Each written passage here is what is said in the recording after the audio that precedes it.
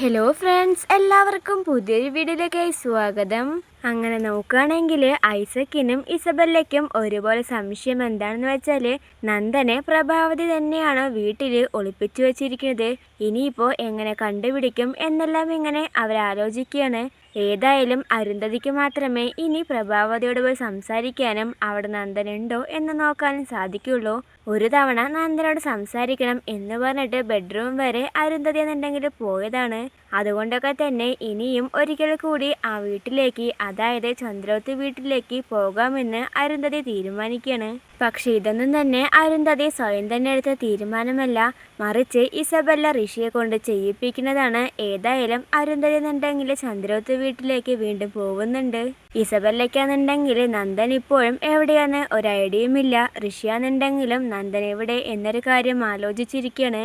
എങ്ങനെയെങ്കിലും നന്ദനെ കണ്ടുപിടിക്കണം എന്നെല്ലാം തന്നെ അവർ തീരുമാനിക്കുന്നുണ്ട്. ഏതായാലും ഇസബെല്ല എന്നുണ്ടെങ്കിൽ കെവിനോട് ഒരു കാര്യം പറയുന്നുണ്ട്. അതായത് നന്ദൻ എന്തോ അപകടം പറ്റിയിട്ടുണ്ടെന്നാണ് എനിക്ക് തോന്നുന്നത്, അവൻ എന്താ പറ്റിയെന്ന് എത്രയും പെട്ടെന്ന് കണ്ടുപിടിക്കണം എന്ന് പറയുമ്പോൾ തന്നെ കെവിനാന്നുണ്ടെങ്കിൽ ഇസബെല്ലിനെ ഇട്ടിച്ചുകൊണ്ട് ഒരു കാര്യം ചോദിക്കുന്നുണ്ട്. അതായത് ഋഷിയെ നമുക്ക് പൂർണ്ണമായിട്ട് വിശ്വസിക്കാൻ പറ്റുമോ? നന്ദന് മേലെ ഇത്രയും കളികൾ കളിച്ച അവനെ നമുക്ക് എങ്ങനെ വിശ്വസിക്കാൻ പറ്റും? അവൻ നമ്മളെ ചതിക്കില്ലാന്ന് എന്താ ഉറപ്പ് എന്ന് ചോദിക്കുമ്പോൾ തന്നെ ഇസബെല്ലയ്ക്കും ഋഷിയുടെ മേലെ നല്ല ഡൗട്ടാണ് വരുന്നത്. ഋഷിയാണ് നന്ദനെ കൊണ്ടുപോയതെങ്കിൽ ഈ കേസ് തെളിയാതിരിക്കാൻ അവൻ എന്തായാലും നന്ദനെ അപായപ്പെടുത്തും എന്നൊരു കാര്യം കൂടി കെവിനാന്നുണ്ടെങ്കിൽ പറഞ്ഞു വെക്കുകയാണ്. ഇസബെല്ല എന്നുണ്ടെങ്കിലും നല്ലോണം പേടിക്കുന്നുണ്ട്. അതായത് ദേവിക എന്നുണ്ടെങ്കിൽ ഇപ്പൊ ഐസക്കിനോട് പറഞ്ഞിട്ടുണ്ട് കേസ് എത്രയും പെട്ടെന്ന് കണ്ടുപിടിക്കണം എന്ന് പറഞ്ഞതുകൊണ്ട് തന്നെ ഇനിയും ഈ കേസ് ഇങ്ങനെ നിസ്സാരമായി വിട്ടാല് അത് പാപ്പന്റെ ജോലിനെയും പിന്നെ എന്നെയൊക്കെ ബാധിക്കും എന്നൊരു കാര്യം ഏതായാലും അവർക്ക് മനസ്സിലാവുന്നുണ്ട്. ഏതായാലും അന്ന് ഋഷി അരുന്ധതിയെ നിർബന്ധിച്ചിട്ടാണ് ചന്ദ്രോത്ത് വീട്ടിലേക്ക് പറഞ്ഞു വിട്ടത്.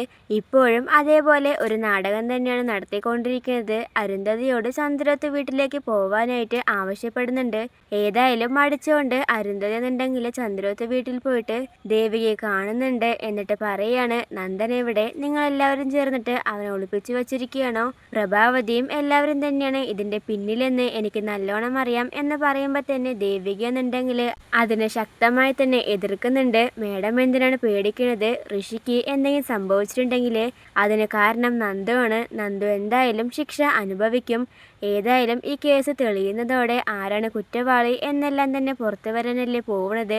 മേഡം എന്തായാലും പേടിക്കേണ്ട, ഹരിവക്കീൽ തന്നെയാണ് ഇതിനെല്ലാത്തിനും മുന്നിൽ നിൽക്കുന്നത് എന്ന് പറയുമ്പോൾ തന്നെ അരുന്ധതിക്ക് നല്ല പേടിയാവുന്നുണ്ട്. ഇതിന്റെ ഇടയിൽ പ്രഭാവതിയും അരുന്ധതിക്ക് നേരെ നല്ല മറുപടി തന്നെയാണ് കൊടുക്കുന്നത്. പണ്ടത്തെ പോലെ ഒരു സൗഹൃദം എന്ന് പറഞ്ഞുകൊണ്ട് അരുന്ധതിക്ക് നേരെ സംസാരിക്കാതെ മറിച്ച് എല്ലാ കാര്യങ്ങളും തുറന്നു പറയാണ്. അതായത് ഹരിവക്കീൽ വന്നത് ഒരിക്കലും നന്ദനെ രക്ഷിക്കാനല്ല, എല്ലാ സത്യങ്ങളും തെളിയിക്കാനാണ് എന്ന് പറയുമ്പോൾ തന്നെ ഇവരുടെ ഈ ആത്മവിശ്വാസം അരുന്ധതിയെ കൂടുതൽ തളർത്തിക്കൊണ്ടിരിക്കുകയാണ്.